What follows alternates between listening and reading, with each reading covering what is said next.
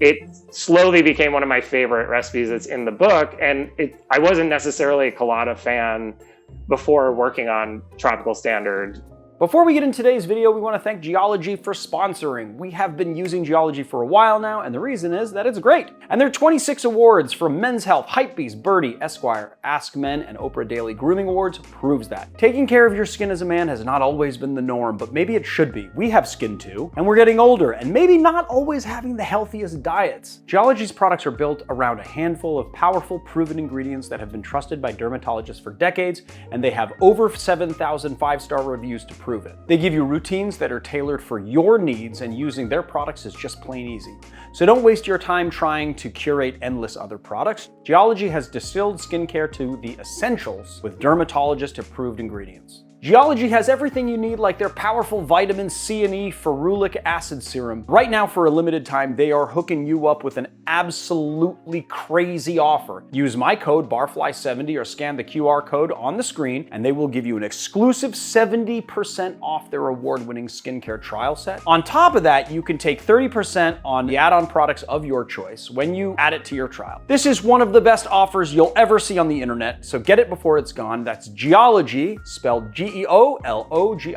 What's up, guys? Welcome back to The Educated Barfly. Today we are coming at you with a pretty nerdy episode. We are going to be reconsidering the Pina Colada. This subject came up when I was on a recent episode on Louis Fernandez's channel. We did a little episode about overrated and underrated cocktails, and the Pina Colada came up as a very underrated cocktail, and I tend to agree. Not only is the Pina Colada a completely underrated cocktail, I think that all blender drinks are really underrated, especially nowadays, and I can kind of understand why, because, you know, blender drinks don't have the best reputation. They really call to mind TGI Fridays and places like that, and getting really overly sweet concoctions out of a frozen drink machine. And once that reputation solidifies in the mind of the public, it's really difficult to fight against that. But we are without a doubt in a golden age of amazing bars right now. You can pretty much go to any town in any state in the country and hit a great bar with a rock if you throw it in any direction. And it's really fortunate that we're living through this time. As a result, a lot of problematic drinks from the past got redone into really fantastic drinks. So we're gonna be doing one of those drinks. And I'm gonna try and hopefully succeed to change your guys' mind on how you perceive these drinks. Today, I was really fortunate to be able to speak with Garret Richard. Garret Richard is a New York City bartender who is I think they call him like the chief cocktail officer? It's something like that. It's a nautical naval title about being a chief cocktail officer. But basically, he is the program director and bar manager of a place called the Sunken Harbor Club in New York City. It is owned by a legendary bartender named St. John Frizzell, and this place is amazing. What Garret Richard did in this bar was that he took a lot of the modernist techniques that he learned while he was working at another place called Existing Conditions, owned by a guy named David Arnold, who's also very, very well known for using science and modernist techniques in cocktails, and brought some of those techniques into the tiki space and tropical drink space to reconfigure some of these problematic recipes. So today we're gonna be doing 3 Pina Coladas. We're gonna be doing the original, or as close to the original as my specs are. I don't know. I don't know if anyone knows the actual original recipe, but there are a lot of recipes out there that claim to be the original. Then we're gonna do the one that I usually do, which is like a whip shake one that's a little bit elevated. And then we're gonna finish off with Garret Richard's reconstructed Pina Colada using some of those modernist techniques. But never fear, because Garret's drink has a pretty low bar of entry. All of the ingredients are really easy to make. They might take a little bit of elbow grease, but it's not going to be super difficult to do. And if you want to do it at home, you can. If not, you should just go to the Sunken Harbor Club and drink one there. So the Pina Colada was famously created at the Caribe Hilton in Puerto Rico by a guy named Ramon Monchito in 1954. It is a blender drink, so we're going to be doing it in a blender. So first things first, in our blender, 3 ounces of pineapple juice. Fresh is best, but if you are in a pinch, you can go to Trader Joe's and get a little bottled 100% pineapple juice, which is pretty gosh darn good. In the original, they're using cream of coconut. It was probably Coco Lopez, which is a fantastic product, but a little bit sweet. So we're doing 1/2 ounce, a couple dashes of Angostura bitters, 2 ounces of Bacardi Superior.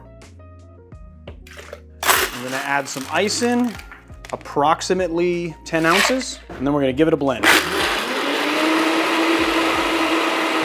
Now, typically you would get this drink in a hurricane glass if you're, at the Hilton or any other hotel that serves it. I actually forgot to put my hurricane glasses in the fridge. So we're gonna use a highball here, and then we're just gonna pour our Pina Colada in like so. I'm gonna cut a little wedge here.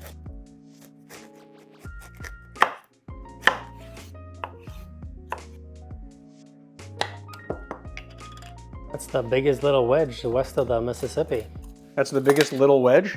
It's the right size for a wedge of pineapple, I think. Can you cut an actual little wedge?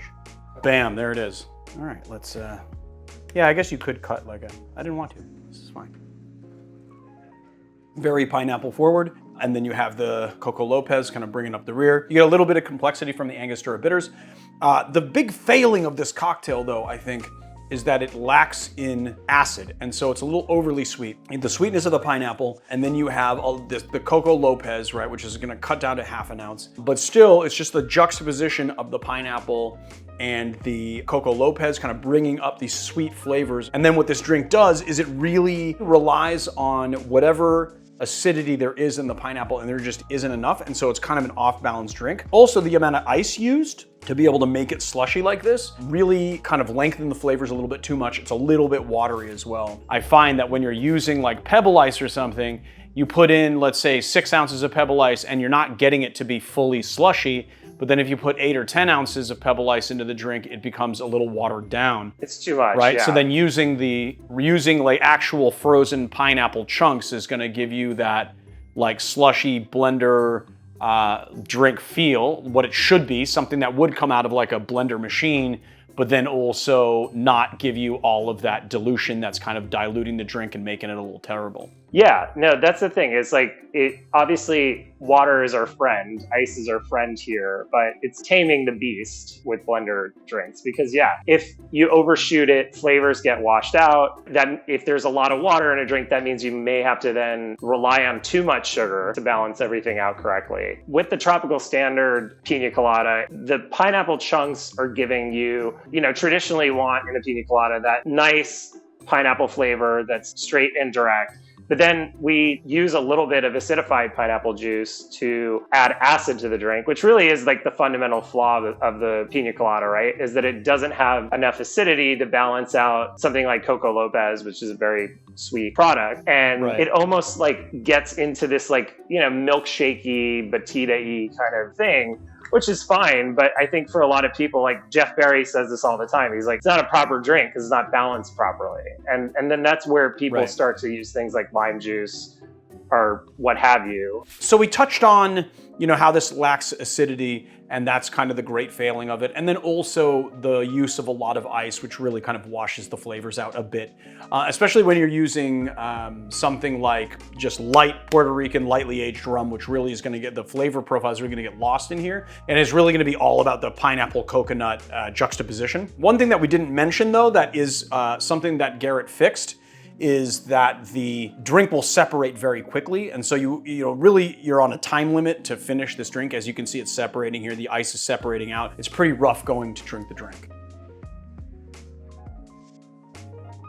So this version of the Pina Colada is a whip shake version of the Pina Colada, which I have done most on this channel because for me, it's a very low bar of entry for a home bartender to do. You don't have to take out the blender, you just whip shake your cocktail, you just dump it in a glass, add some more Pebble Ice to it, bada bing, bada boom, you're done, and you still have a pretty good Pina Colada. The reason why I do the whip shake one a lot is because it's not even necessarily because I thought it was the best spec, but it's a much better spec than the original, but it also kind of dumbs the cocktail down to a point where a home bartender will be like, oh, I can whip shake this, I'll do that. I don't have to break out a blender, I don't have to break out a scale.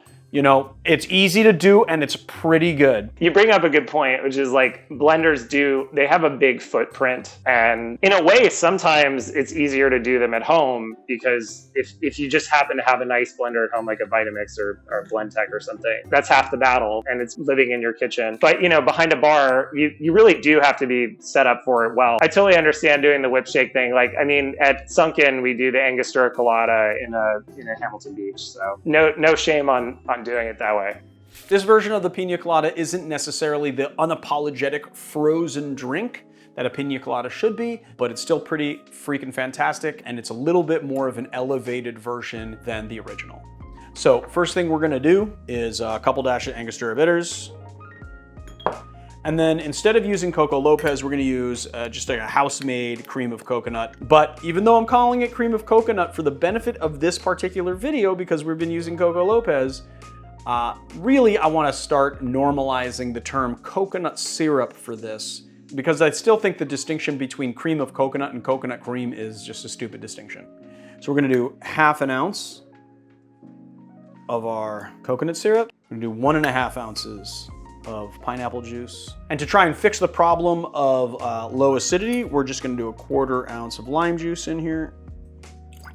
Then we're gonna do 1 ounce of Jamaican rum and 1 ounce of lightly aged rum. We're using Cuban rum.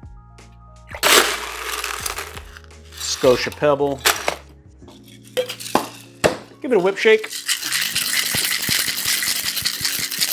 Ungated pour right into the glass like so. Top it up with Pebble.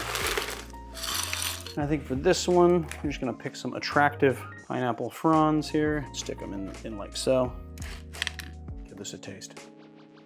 Much more vibrant in flavor. You get the funk of the Jamaican rum. And then of course the Cuban rum is just kind of adding body. The lime juice in this drink plays third wheel. So you're adding the right amount of acidity, but then it is adding that lime flavor to the pineapple and the coconut. And I will say that it's pretty prominent. And so it's really like you're losing a little pineapple flavor, you're losing a little bit of coconut flavor, but it is still a very good drink. The thing is, adding those is like adding another wheel to a car. From my opinion. And I like the idea of keeping the like holy trinity intact, right? Of the rum, the coconut, and the pineapple, and just breaking that pineapple into different units, you know, one that's tart and one that's pulpy and sweet. I understand why people add lime, but it's a whole nother flavor profile that you're adding into something that is, on paper, is good. It just needed some work. And the Angostura bitters really reads in this because it is juxtaposed against that Jamaican rum, right? So you're getting those spice flavors and the island flavors that are really pretty fantastic. Is it, you know, the Pina Colada that everyone thinks about, you know, that you get in the hotel? No, it is definitely a different version of this drink, but I still believe that the soul of the drink is intact in this version.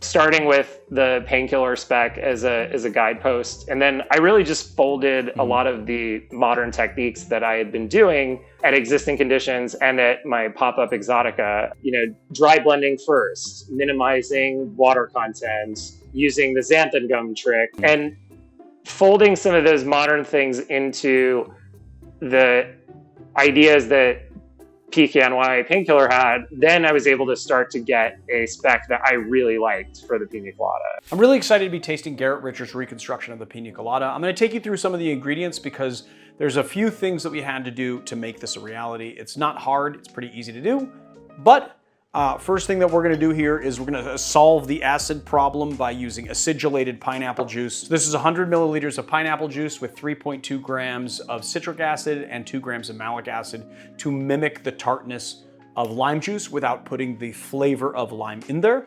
And then the other thing that we did here is we used a different type of cream of coconut. So what we've done here is taken a 3-to-1 ratio of Coco Lopez to coconut milk to lower the sweetness of Coco Lopez to that of simple syrup. It is, if you're using a refractometer to measure sweetness, 50 bricks. That's what it should measure. This is just Coco Lopez that you should put away because we don't need it anymore. All right, let's do the cocktail. All right, we're going back to a blender drink here. 5 drops of saline solution. This is 80 grams of water to 20 grams of salt. We're gonna be putting in a 1/4 teaspoon of Xanthan Gum. We're gonna do 1/2 ounce of our acidulated pineapple juice, 1.5 ounces of our coconut syrup,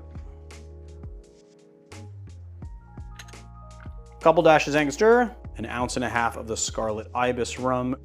Garret said that he likes to use 100 proof rum in this cocktail. I like to use 100 proof rum if possible. There's not really options from Puerto Rico at the moment that are 100 proof. So I use Scarlet Ibis in the book, but I have also used Don Q Reserva 7, which is not 100 proof, but is delicious. And then we're doing 60 grams of frozen pineapple. We are gonna give this a dry blend first, so without any ice. Then we are gonna use 170 grams of ice exactly. And if you're just doing this at home with like, ice cubes, you can, if you have a scale, try and measure out that 170 grams. This is basically what 170 grams looks like if you're using pebble ice. And give it a blend. This is thick.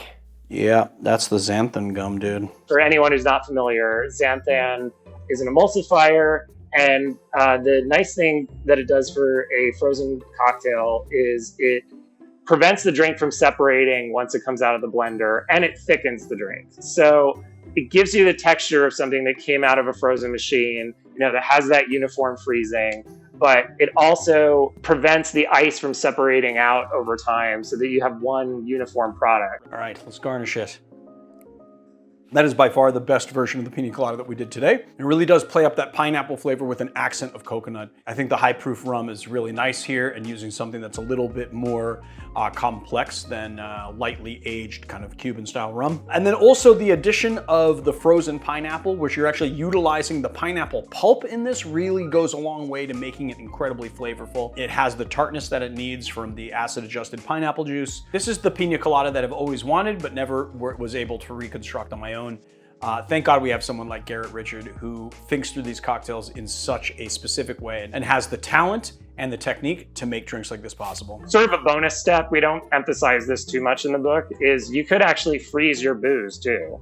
And that would also lower the temperature much quicker, because you want the path of least resistance when breaking that ice down. And having frozen pineapple chunks, if you have a cold-based spirit, great. And then a frozen Collins glass that you can pour into, or frozen anything glass, yeah, you're gonna be set.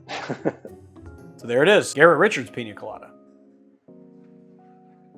All right, guys, that's the most in-depth video you'll probably ever have the Pina Colada. It's the Pina Colada episode you didn't ask for. And I just wanted to point out one little thing about the xanthan gum.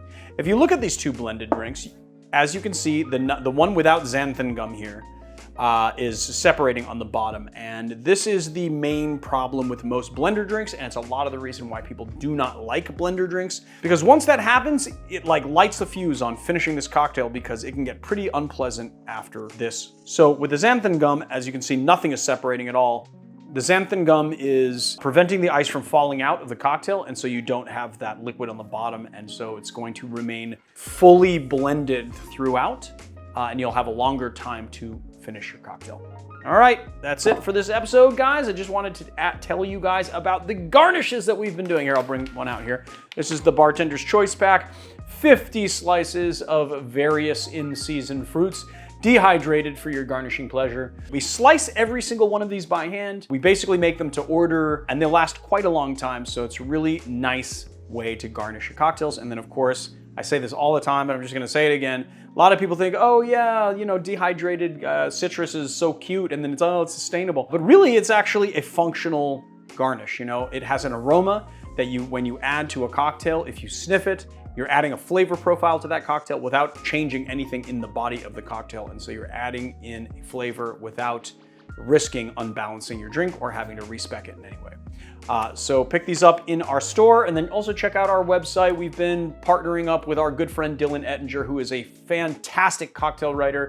He's been writing us a lot of reviews on bars and bottles. There's a lot of good information in his articles, so just definitely check that out, theeducatedbarfly.com, and I will see you guys on another time.